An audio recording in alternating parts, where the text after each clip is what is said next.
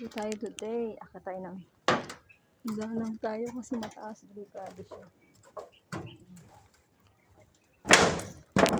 Kaya bubong. Yan ang bubong. Ingat lang kayo guys.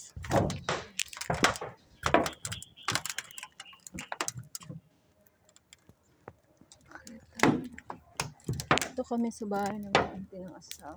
Ito kami sa bahay. May bahay ni Jinky Joseph. Makita yan. Magbibideo tayo today. Oops, dandahan lang. Baka tayo malaglag. Ayan. Taas din. Tignan natin yung mga views. May maganda mga tanawin today. Ayan o. Taas. Narigus ako. Natatakot.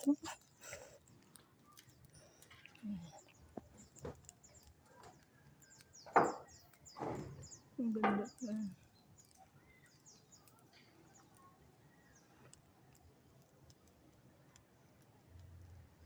Ito yung mga paligid.